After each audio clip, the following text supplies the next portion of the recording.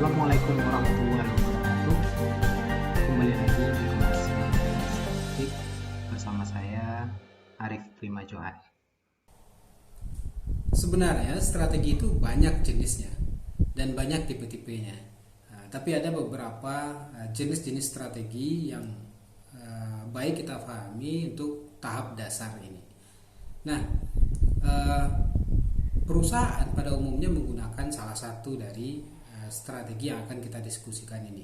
Meskipun tidak sedikit perusahaan yang menggunakan kombinasi dari beberapa strategi, dari 2 atau dari 3 strategi.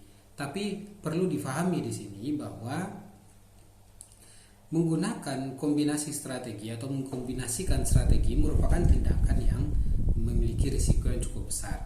Karena pada dasarnya setiap strategi membutuhkan sumber daya dan pendekatan eksekusi yang berbeda-beda. Nah, meskipun ada beberapa strategi yang pendekatan eksekusi dan sumber daya yang dibutuhkannya hampir mirip, tapi tetap saja orientasi eksekutif dalam eksekusi kedua strategi yang berbeda secara bersamaan membutuhkan kehati-hatian dan kejelian yang khusus. Nah, terlepas dari itu, menggunakan kombinasi strategi juga akan menyulitkan perusahaan untuk apabila nanti harus merubah strategi. Dan perlu dicatat bahwa merubah strategi bukanlah perkara yang mudah dan tidak dilakukan serta-merta dalam waktu yang singkat, karena ada exit cost dari kita merubah atau keluar dari penggunaan strategi tertentu. Nah, exit cost ini biasanya berbiaya mahal. Sebagai contoh, ketika kita sudah menggunakan satu strategi tertentu, anggaplah itu strategi cost leadership, maka segala investasi yang sudah kita putuskan dan sudah kita eksekusi di awal untuk strategi cost leadership harus kita modifikasi atau harus kita reorganisasi ketika kita pindah ke strategi diferensiasi.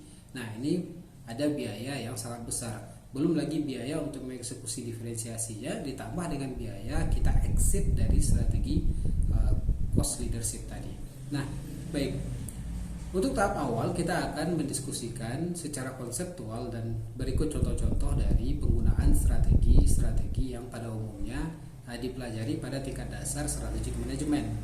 Agar lebih mudah, saya akan membagi pembahasan ke dalam 2 kategori. Yang pertama yaitu strategi-strategi yang berada pada level corporate atau orang menyebutnya dengan istilah corporate strategi. Perlu saya ulangi, corporate adalah sebuah perusahaan yang memiliki lebih dari satu unit bisnis. Jadi ada beberapa usaha pada satu korporasi. Sebab contohnya korporasi itu seperti Citycorp. Dia memiliki beberapa anak usaha, beberapa SBU seperti Trans TV, Transmart, dan Bank Mega. Nah, masing-masing SBU ini berdiri sendiri, independen. Nah, itu yang dimaksud dengan korporasi. Yang kedua, kita akan membahas strategi pada level divisional atau level strategic business unit. Nah, itu strategi pada a single business firm. Jadi hanya ada satu produk atau satu teknologi. Hanya ada satu dominan produk atau satu teknologi tertentu yang digunakan untuk menjalankan bisnis tersebut. Nah, SBU berada di bawah korporasi. Kalau tadi korporatnya adalah Citycorp, maka SBU-nya bisa jadi Trans TV, Transmedia, Bank Mega seperti yang saya jelaskan tadi ya contohnya. Nah, di mana strategi pada level fungsional? Fungsional strategi itu menyatu dengan SBU strategi. Maksud saya menyatu di sini adalah mereka atau pada level fungsional strategi harus ikut kepada pendekatan strateginya SBU karena sifat fungsional sebagai penyangga bisnis SBU. Sementara strategi SBU memang independen daripada strategi SBU yang lain, sehingga bisa jadi pendekatan strategi antar SBU pada satu korporasi itu orientasinya berbeda. Tapi strategi level fungsional tidak boleh dan tidak bisa berbeda dengan strategi level SBU yang berada di atasnya.